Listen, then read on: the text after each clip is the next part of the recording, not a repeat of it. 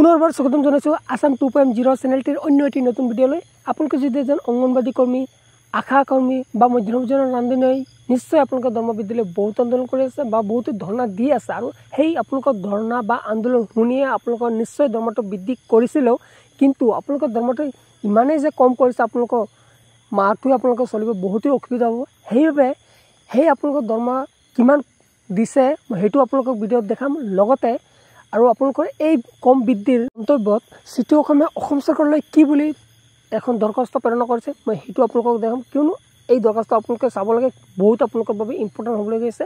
সেইবাবে আশা কৰোঁ আপোনালোকে ভিডিঅ'টো স্কিপ নকৰাকৈ শেষলৈ চাব। আপোনালোকে প্ৰথমে ইয়াত চাওক যে আপোনালোকৰ দৰমহাটো কিমান বৃদ্ধি কৰিছিল। আপোনালোকে চাব পাৰিছে ইয়াত অংগনবাদী কৰ্মীৰ 8,000 টকা মাত্ৰ, অংগনবাদী সহায়িকাৰ মাত্ৰ 4,000 টকা। আপোনালোকে এই প্ৰস্তাৱখনত চাব পাৰিছে মাত্ৰ আপোনালোকৰ অংগনবাদী কৰ্মীৰ কাৰণে 8,000 টকা, সহায়িকাৰ কাৰণে 4,000 টকা।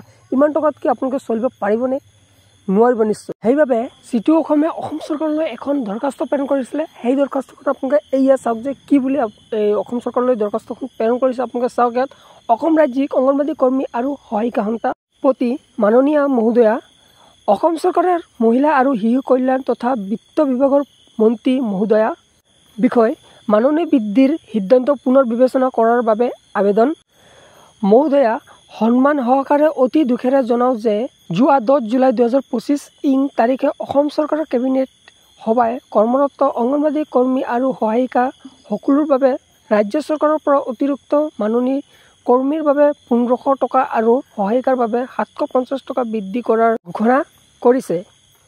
উল্লেখ যে 2023 চনৰ 12 অক্টোবৰত মহিলা ও শিশু কল্যাণ বিভাগৰ সঞ্চালকালয়ে এক বিভাগীয় প্ৰস্তাৱ অসম চৰকাৰৰ ওচৰত দাখিল কৰিছিল, য'ত উল্লেখ আছিল অংগনবাদী কৰ্মীৰ বাবে মাহিলী 5,500 টকা আৰু সহায়িকাৰ বাবে 2,750 টকা বৃদ্ধিৰ প্ৰস্তাৱ।